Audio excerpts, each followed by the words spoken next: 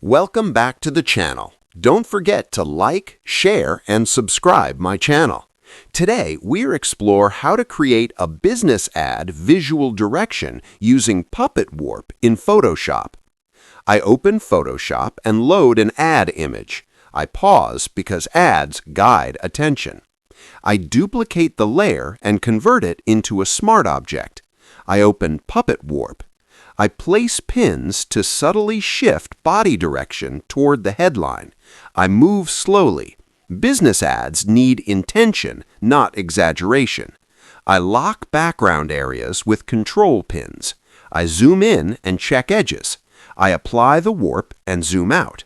The subject now directs focus naturally. Puppet Warp